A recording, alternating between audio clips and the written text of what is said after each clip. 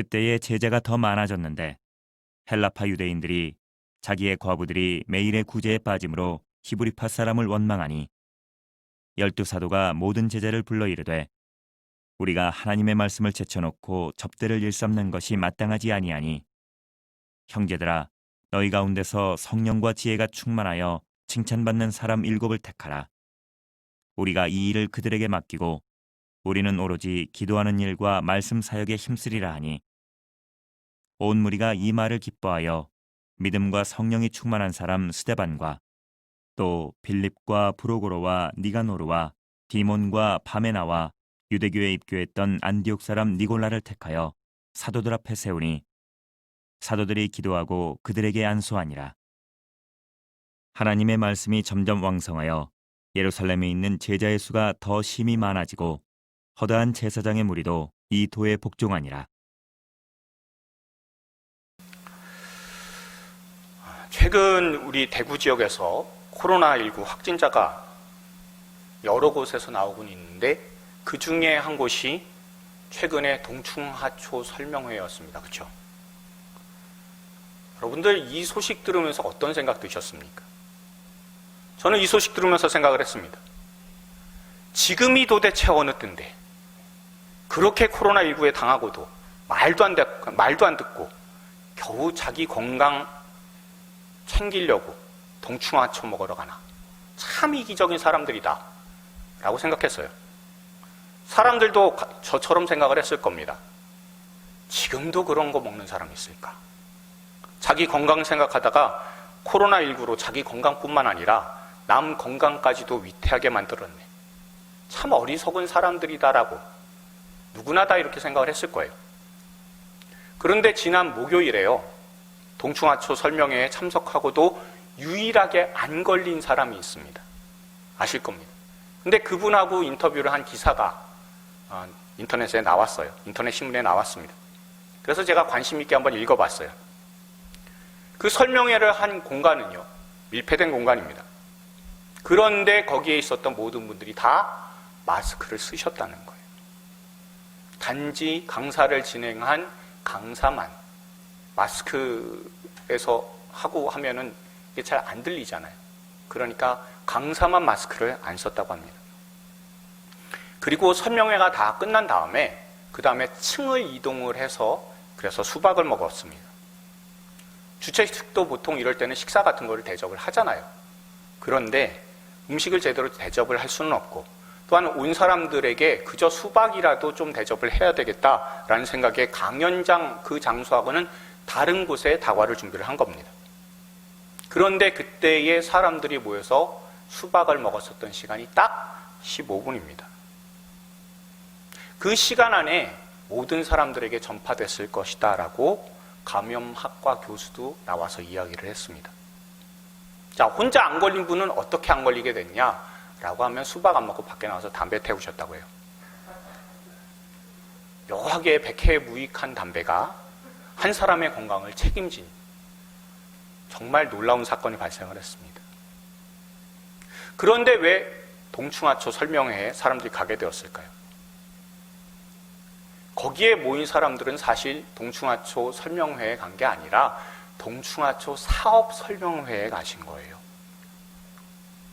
그러니까 모두가 다 코로나19로 말미암아 삶이 어렵습니다. 인터뷰한 이분도요.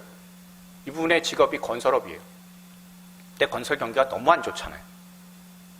너무 안 좋다 보니까 어떻게 해서든 먹고 살아야 되겠다는 생각에 사업 설명회에 가신 겁니다.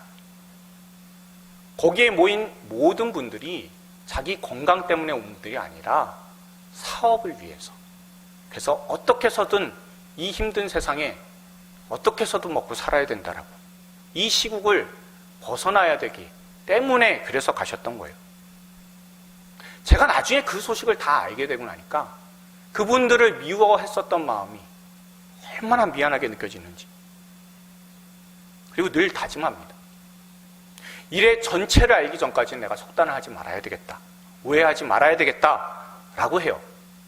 그런데 자꾸 이런 허물들을 저나 여러분이나 자주 반복을 합니다. 이런 오해를 하는 관습에서 우리는 자유로울 수가 없어요. 수많은 오해와 그로 인한 마음과 상처의 반복 속에서 살아가게 되는 게 사람의 삶이 아닌가라고 생각을 합니다. 최근 교회들이 욕을 참 많이 세상으로부터 얻어먹고 있습니다. 어쩌다가 교회가 전염병의 온상이 된 것 같고 근원이 된 것 같아서 참 마음이 불편해요.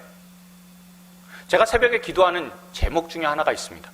하나님, 오늘은 교회 안에 집단 감염이 나오지 않게 해주십시오. 나왔다는 소식 제발 좀 안 들리게 해주십시오. 라고 기도를 간절히 하는 날, 그러면 여지없이 교회에서 감염이 발생했다라는 뉴스가 나옵니다. 그 소식을 듣자마자 아이고 주여라고 합니다.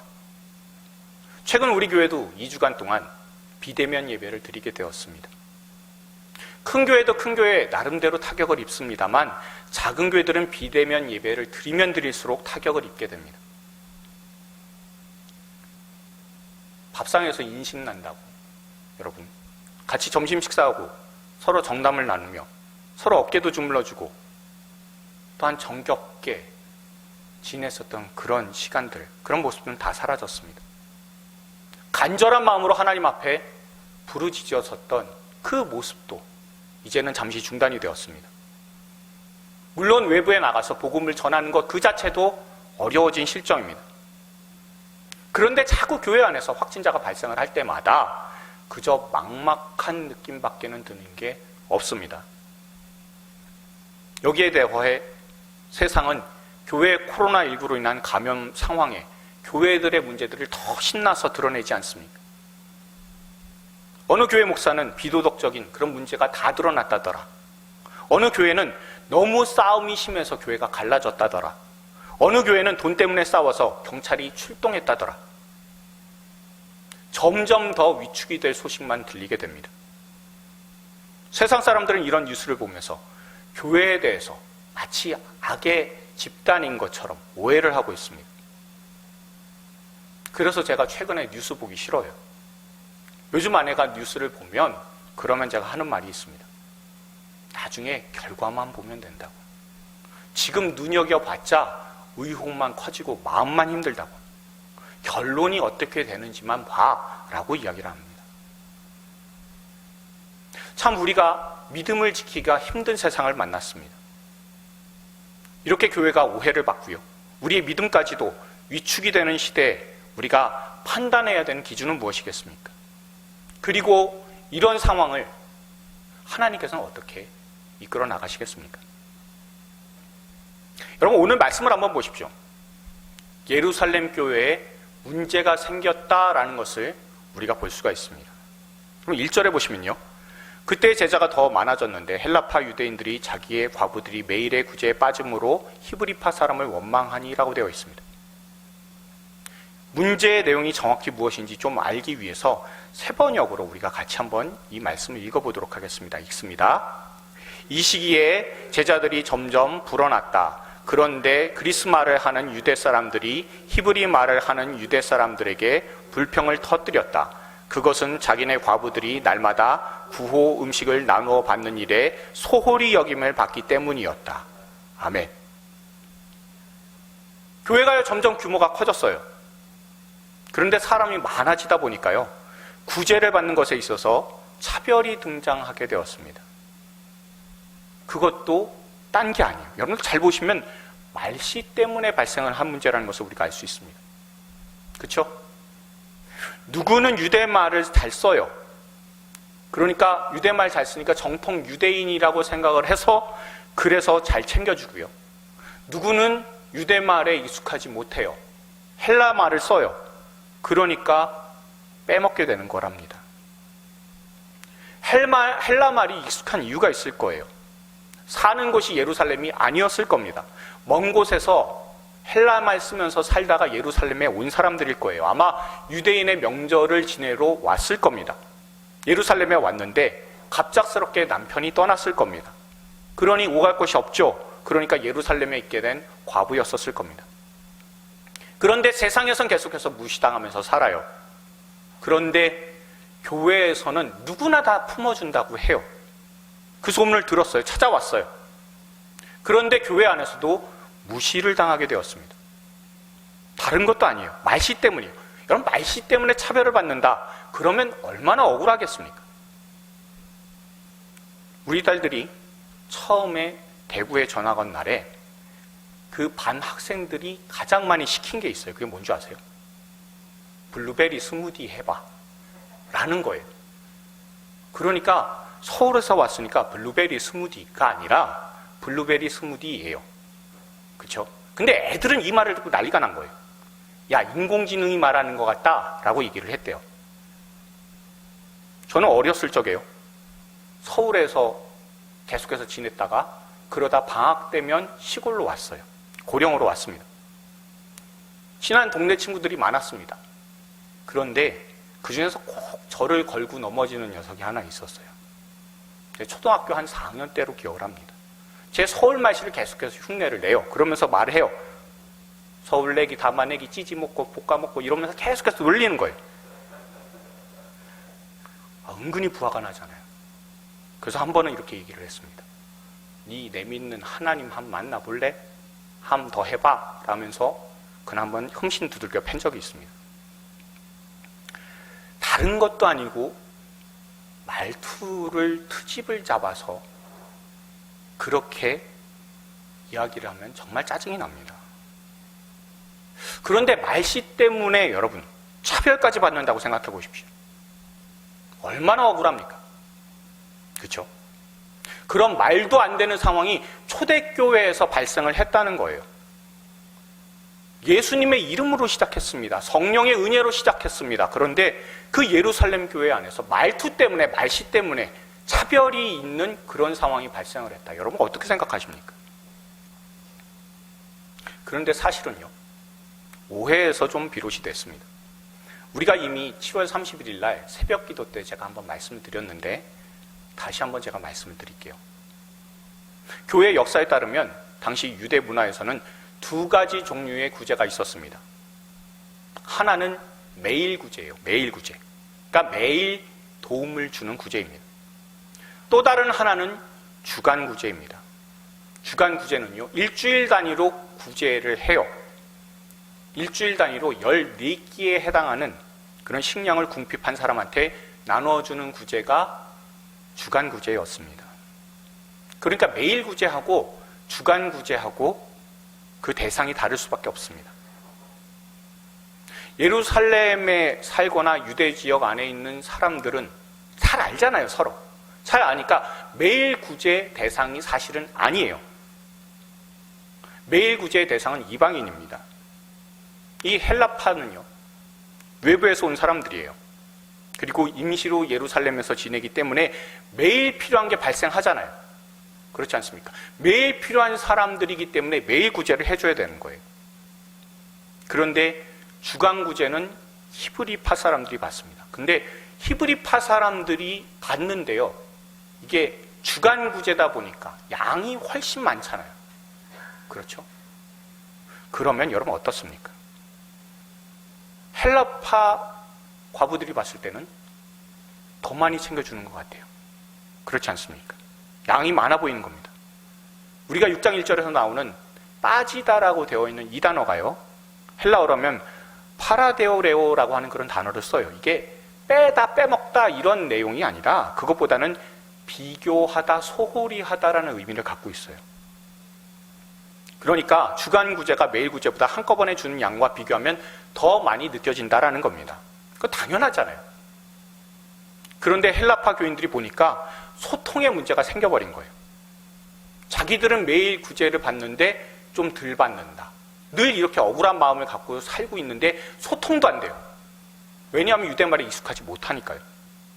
히브리파 사람들만 뭔가 더 잘 챙겨주는 것 같아서 소외감이 들었습니다. 이런 갈등의 마음은요, 모두 다 사탄이 조장을 합니다. 모든 게 소통의 문제에서 발생을 한 오해였습니다. 그래서 사도들은요, 어떻게 조치를 했는지 여러분들 보십시오. 5절, 6절에 집사들을 세웁니다. 소통을 제대로 하기 위해서요. 집사의 이름을 여러분들 다 보시면요, 익숙한 이름들이 잘 아니에요. 그렇죠? 그러면 이 사람들이 다 거의 다 헬라파 사람들이었다라는 것. 우리가 그 이름을 통해서도 알 수가 있어요. 만약에 교회 안에 부조리가 발생을 했다라고 한다면 그러면 하나님께서 혼을 내셨을 겁니다. 그런데 사람을 뽑아서 소통의 문제를 해결하는 것을 보니까 절대 구제에서 차별을 둔 것이 아니다라는 것을 우리가 알 수가 있어요. 그런데 여러분, 전체적인 사도행전을 보시면서 이 단락까지 한번 생각을 한번 해보십시오. 교회가 성령의 임재로 인해서 예루살렘에서 개척이 되었잖아요. 성전 미문에서 선천적으로 걸음을 걷지 못하던 그런 사람이 일어나고 사람들끼리 모여서 아름다운 모습들을 만들어 나갔습니다. 그런 공동체가 되어서 모두가 흠모하는 공동체가 됐어요. 그런 긍정적인 모습은 정말 좋은 일입니다. 그런데 예루살렘 교회에 어려움들이 생깁니다. 예루살렘 교회의 대표 목사격인 베드로가 투옥이 되었습니다. 지금에야 그렇게 투옥이 되고 그러면 인터넷이나 다양한 SNS를 통해서 날조되었다고 그렇게 소식을 전할 수 있습니다. 베드로를 위해서 서명운동을 벌일 수도 있었을 거예요. 그러나 그 당시에는요, 사내들인 공회는요, 대법원이자 국회입니다. 그리고 언론이든 정치적인 그런 상황이든 종교적인 모든 것들을 다 쥐고 흔드는 상황이에요. 교회에 대해서 잘 모르는 사람들, 교회 안에 들어와 보지 못한 사람들, 소문만 들은 사람들은 어떻게 교회를 생각하겠습니까? 아, 저기에 대표 목사가 구속되는 거 보니까 저것들 나쁜 놈들이구나. 나사렛 예수의 이단이구나. 라고 생각을 했을 겁니다. 사람들이 그렇게 오해를 했을 거예요. 거기에 어떤 일이 일어납니까? 5장에 보시면 아나니아와 삽비라라고 하는 부부 사기단이 등장을 했습니다. 그대로 두었다고 여러분 한번 생각해 보십시오. 교회 안에 서로 속이고 사기치는 모습들이 많아졌을 겁니다. 요즘 말로 하면 이런 말 했을 거예요. 아, 내 말 믿고 한번 투자를 해봐. 정말이라니까. 한번 돈 좀 빌려줘 보라니까. 내가 기가 막히게 불려주겠다니까. 이런 상황이 발생했을지도 모르는 겁니다. 모르는 사람들이요, 아나니아 삽비라 이야기를 들었다고 한번 생각해 보십시오. 야, 교회 저것들 다 사기꾼들이구나. 교회에 있는 것들 다 믿을 수 없겠구나. 라고 이야기했을 겁니다. 게다가 오늘의 문제를 보십시오. 소통이 잘 안 돼서 오해가 생긴 거잖아요. 근데 세상 사람들은 뭐라고 얘기할까요? 저것들 결국엔 지들 입속만 챙기는구나. 교회도 줄 잘 서야 되는 곳이구나. 아주 파벌 싸움이 치열한 데구나. 그러면서 무슨 사랑을 이야기하고 은혜를 얘기하냐고. 정말 못돼 먹은 것들이라고. 그렇게 말하지 않았겠습니까? 여기까지 일어난 그런 상황들을 보시면 교회는요, 문제가 정말 많은 집단입니다. 오늘 우리가 예배를 드리는데 21분이 예배를 드리고 있어요. 그러면 각 개인당 가지고 있는 문제는 몇 개입니까? 가정당이 아니라 개인당. 적어도 한 개 이상은 다 있으시잖아요. 그렇죠? 1인당 문제가 2개만 있어도 정말 적은 사람일 겁니다. 그러면 1인당 2개씩의 문제만 갖고 있다고 한번 생각해 보십시오. 그러니까 교회 안에 문제가 몇 개입니까? 여기에 계신 분들 문제 다 합쳐놓으면 42개입니다. 그렇죠?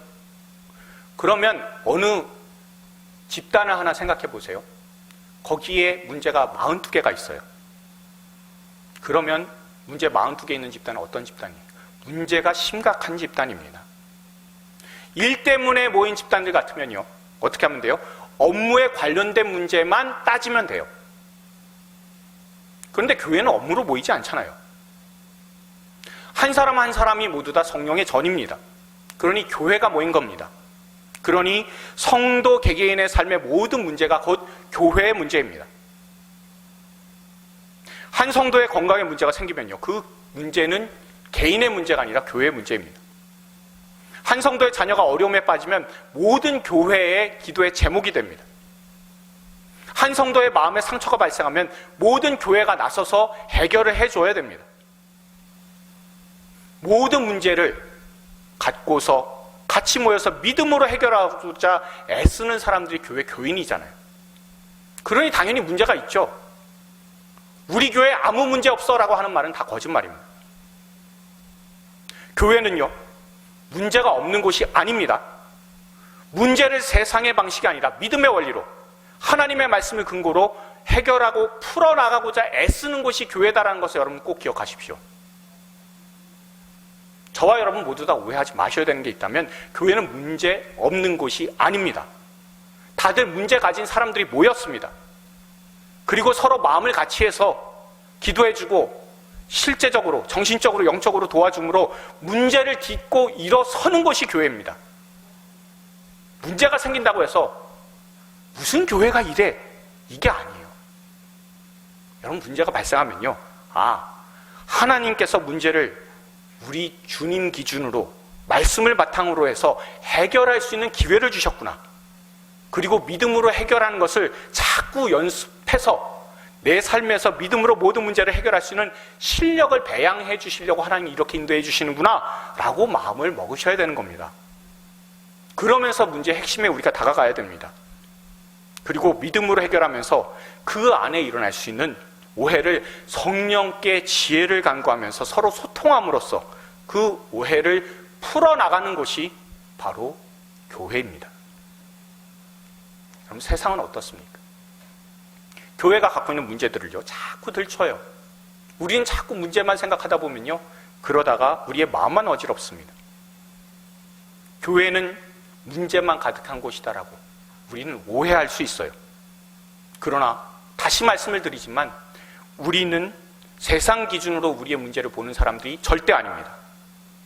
하나님의 기준으로, 또한 우리 주님께서 보여주신 모든 것을 다 품는 십자가의 능력으로 늘 우리와 소통하시는 성령의 지혜로 문제를 해결하는 사람들이 바로 교인들입니다. 여러분 이것을 늘 기억하시면서 세상의 오해들을 주님의 은총으로 하나하나 대응하고 우리의 믿음을 해결해 나갈 수 있는, 믿음을 바탕으로 문제를 해결해 나가는 저와 여러분들 다 될 수 있기를 소망합니다. 그래서 우리 예수 그리스도의 십자가만 선명히 드러나는 우리 산정목교회가 되기를 소망합니다. 또한 두 번째로 우리가 말씀을 통해서 보아야 되는 것은요, 이 모든 것에 있어서의 결과가 도대체 뭐냐라는 거예요. 그 결과를 확인함으로써 하나님의 계획이 무엇인가라는 것을 우리가 봐야 되겠습니다. 여러분 우리가 7절을 같이 한번 읽어보도록 할게요. 다 같이 7절을 읽습니다. 하나님의 말씀이 점점 왕성하여 예루살렘에 있는 제자의 수가 더 심히 많아지고 허다한 제사장의 무리도 이 도에 복종하니라. 아멘. 다시 한번 이 말씀을요, 세 번역으로 제가 한번 읽어볼게요. 하나님의 말씀이 계속 퍼져나가서 예루살렘에 있는 제자들의 수가 부쩍 늘어나가고 제사장들 가운데서도 이 믿음에 순종하는 사람들이 많았다. 아멘. 여러분 도에 복종했다는 뜻이 무엇입니까? 곧 믿음에 순종했다라는 겁니다. 여러분 믿음은 무슨 믿음입니까? 예수 그리스도를 믿는 믿음입니다. 예수 그리스도를 믿는 믿음에 순종하는 사람들이 많아졌다라는 거예요. 제가 대학교를 다닐 때 지하철역에 정말 많이 보이던 사람들이 있었습니다. 물론 교회에서 전도하러 나온 사람들도 많았어요. 그렇지만 참 많은 사람들이 어떤 사람들이냐면 도를 아십니까예요. 아세요? 도를 아십니까? 제 대학 동기 중에 한 명은요, 솔깃해서 한번 따라가 봤대요. 왜냐하면 도를 아십니까? 라고 이야기를 한 자매가 너무 예뻤다는 거예요. 그래서 따라갔습니다. 따라갔더니 뭘 하냐면 난데없이 조상한테 제사를 드려야 된다는 거예요. 그래야 애군을 면할 수 있다라고 제사상 앞에 데리고 갔다라는 겁니다. 그리고 제사를 드리려고 하면 돈이 드는데 당장 50만 원 내더라라는 겁니다. 그래서 저는 학생이라 돈이 없는데요? 라고 얘기하니까 50만 원짜리 제사를요 20만 원으로 깎아준다고 하는 겁니다. 근데 제 친구 중에 한 명 믿음이 좋은 친구하고 같이 걸어갔습니다. 그날도 도를 아십니까? 와 마주치게 됐어요. 근데 이 친구는 당당하게 얘기를 하는 거예요. 저는 예수 그리스도만 합니다. 다른 도 필요 없습니다. 당당하게 이야기하니까 왔었던 사람도 아, 네 그러면서 슬그머니 물러섰습니다. 참 그 친구 생각하면 멋진 친구다 생각합니다. 여러분, 그리스도를 안다는 것이 무엇입니까? 그리스도를 믿는 믿음 가운데 순종을 한다는 겁니다. 그 예수님을 믿는 믿음을 가진 사람들이 많이 늘어나게 되었다라는 것이 오늘 본문의 결론인 것 같아요. 그렇죠? 그러나 더 중요한 것이 있습니다. 말씀을 잘 보시면 본문에서처럼 성도의 숫자만 왕성해진 것이 아니라 말씀이 더 점점 왕성해졌다라는 겁니다. 여러분, 왕성하다라는 이 말은요, 헬라어로 아욱사노라고 하는 그런 단어를 써요. 이 아욱사노는요, 증가하다라는 그런 뜻도 있지만 자라게 하다, 성장하다는 의미를 가지고 있습니다. 그러니 교회의 성장은 사람의 숫자의 성장도 중요하지만 말씀으로 성장하는 것이 바탕이 되어야 된다라는 겁니다.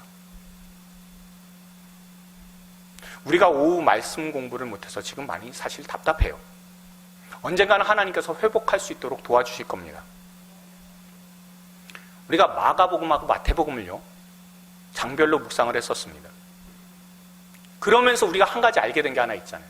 뭐냐면 자주 반복되는 표현이 말씀 가운데 나온다라는 거죠. 그걸 눈여겨봐야 된다는 겁니다. 특히 마태복음에서 중요한 반복이 무엇입니까? 말씀을 마치심에였었습니다.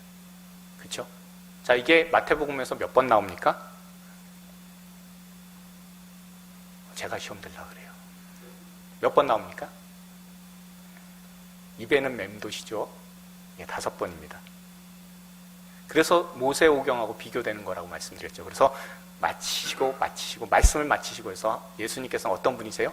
새로운 율법을 이웃사랑, 하나님 사랑, 그 사랑 때문에 오셨습니다. 그 사랑의 율법을 전하시는, 선포하시는 그런 하나님이시다라는 것이 마태복음의 핵심이었다라는 것, 여러분들 기억이 나실 겁니다.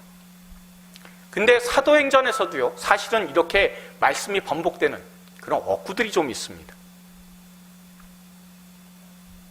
여러분, 오늘 말씀을 보시면요, 이렇게 되어 있습니다. 자, 보시면 사도행전 6장 7절에 하나님의 말씀이 점점 왕성하여 예루살렘에 있는 제자의 수가 더 심히 많아지고 허다한 제사장의 무리도 이도에 복종하니라 라고 되어 있어요. 그렇죠? 자, 그리고 사도행전 9장 31절 보십시오. 그리하여 온 유대와 갈릴리와 사마리아와 교회가 평안하여 든든히 서가고 주를 경외함과 성령의 위로로 진행하여 수가 더 많아지니라 라고 되어 있어요. 그렇죠? 자, 그리고 사도행전 12장 24절을 보면 하나님의 말씀은 흥왕하여 더하더라 라고 되어 있어요. 또한 사도행전 16장 5절을 보세요. 이에 여러 교회가 믿음이 더 굳건해지고 수가 날마다 늘어가니라 라고 되어 있어요. 그리고 또한 사도행전 19장 20절에 이와 같이 주의 말씀이 힘이 있어 흥왕하여 세력을 얻으니라 라고 되어 있어요. 계속해서 왕성해지다, 흥왕하다, 많아지다. 그렇죠? 자, 이 말씀이 이렇게 5번 등장을 해요. 그리고 우리가 잘 아는 말씀 있지 않습니까? 오직 성령이 너희에게 임하시면 너희가 권능을 받고 예루살렘과 온 유대와 사마리아와 땅끝까지 이르러 내 증인이 되리라 라는 말씀. 이 말씀하고 이 5개의 말씀이 이렇게 합쳐놓고 그리고 놓고 지도를 바탕으로 해서 이 말씀 사도행전을 전체를 보면 기가 막히게 맞아떨어져요. 언제가 사도행전을 하게 되면 제가 자세히 알려드리게 될 겁니다. 그런데 여기에서 더 중요한 게 있다면 우리가 읽은 대로 뭐가 왕성해져요? 말씀이 왕성해진다는 거예요.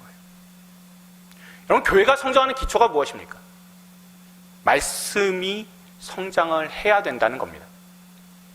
저도 이 말씀을 준비하기 위해서 모든 성도님들이 더 말씀에 가까이 갈 수 있도록, 관심을 가질 수 있도록 한 꼭지 성경 공부든 또한 새벽 묵상이든 유튜브 채널을 만들고 콘텐츠도 만들고 있습니다. 아까도 말씀드린 것처럼 구약이 끝난 것에 대해서 참 감사해요. 이제 한 주 지나서 신약을 하고자 준비하고 있습니다. 더 풍성한 하나님의 은혜가 나타날 수 있는 한 꼭지 성경 공부가 될 수 있도록 여러분 기도해 주시기를 부탁을 드립니다. 그런데 오늘 말씀은요, 단순히 설교의 능력이 나타나고 성경 공부에 은혜가 넘쳐서 성도들의 만족도가 증가하게 되었다라는 것을 이야기하는 게 아닙니다. 그동안 세상의 이야기에 흥미를 가지던 사람들이요, 하나님의 말씀을 들었습니다. 그리고 그 말씀으로 힘을 얻습니다. 세상의 기준인 돈과 인맥과 건강과 내 행복으로 살아가던 사람들이 하나님의 말씀으로 살아가는 삶의 방식을 택하게 되었다라는 것을 의미하는 겁니다. 그런 성도들이 말씀으로 더욱더 성장해서 하나님의 말씀이 더 세상에 드러나게 되었다라는 것이 바로 오늘 말씀이 왕성하게 되었다, 흥왕하게 되었다는 것을 의미합니다. 아무리 많은 문제가 있다 할지라도 말씀을 붙들고 그 문제를 해결하고자 노력하며, 문제가 있다 할지라도 말씀을 기준으로 그 문제를 눌러 이기면서 살아나가게 되었다라는 것을 오늘 말씀은 우리에게 알려주고 있습니다. 우리 안에도 문제가 있고요, 염려가 있고 걱정도 있어요. 그런데 이 문제와 염려와 걱정과 의심과 낙심의 문제를 해결할 수 있는 방법은 딱 하나밖에는 없습니다. 내 안에 내 믿음 키우면 됩니다. 내 안에 내 믿음이 커지면요, 상대적으로 내 문제거리, 걱정거리들은 다 작아지게 되어 있습니다. 그렇게 문제들을 넘고 이겨나가는 겁니다. 이 믿음을 키울 수 있는 방법이 무엇입니까? 말씀밖에 없다고. 말씀이 왕성해져야 된다고. 내 안에 말씀이 부흥이 되면 그 말씀이 커지니까 그 문제들이 작아질 수밖에 없다고. 그래서 문제를 이겨나간다고 우리에게 분명히 알려주고 있습니다. 여러분, 예루살렘 교회 성도들 한번 생각해 보세요. 문제가 끊임없이 일어나잖아요. 오해도 있잖아요. 그 문제와 오해만 보십시오. 그러면 어떤 생각이 들까요? 장벽 같죠? 커다란 파도 같을 거예요. 태풍처럼 보였을 거예요. 그런데 하나님의 말씀으로 딱 중심 잡고 보니까 그 태풍과 장벽 같던 문제보다 내 믿음이 더 커져 있는 거예요. 그럼 말씀이 문제보다, 오해보다 더 성장하고 왕성해지니까 그냥 문제와 오해를 넘어서게 되더라는 겁니다. 말씀으로 믿음을 키워서 문제를 넘어서 가는 그런 습관이 우리에게 있지 않으면 늘 문제에 흔들리고 휘둘리며 오해에 상처받고 시험에 시달리다가 끝나게 됩니다. 그러나 우리 안에 믿음을 키우시기 바랍니다. 그 키울 수 있는 방법은 말씀밖에 없습니다. 말씀으로 믿음을 키워서 문제를 넘어서고 이겨나가시며 누르시는 저와 여러분들 되기를 소원합니다. 그럼 이런 말씀 있잖아요. 우리가 이 말씀 한번 읽어볼까요? 읽습니다. 나의 의인은 믿음으로 말미암아 살리라. 또한 뒤로 기뻐하면 내 마음이 그를 기뻐하지 아니하리라 하셨느니라. 우리는 뒤로 물러가 멸망할 자가 아니요 오직 영혼을 구원함에 이르는 믿음을 가진 자니라. 아멘. 이 말씀을 가지고 믿음으로 담대하게 나아갈 수 있는 저와 여러분들 되기를 소망합니다. 그래서 믿음으로 문제를 훌쩍 넘어설 수 있는 저와 여러분들 다 될 수 있기를 주님의 이름으로 축원드립니다. 우리 주변에 계신 분들한테 축복해 주셨으면 좋겠습니다. 말씀으로 믿음을 키웁시다. 한 번만 더요. 그 믿음으로 모든 문제를 훌쩍 넘읍시다.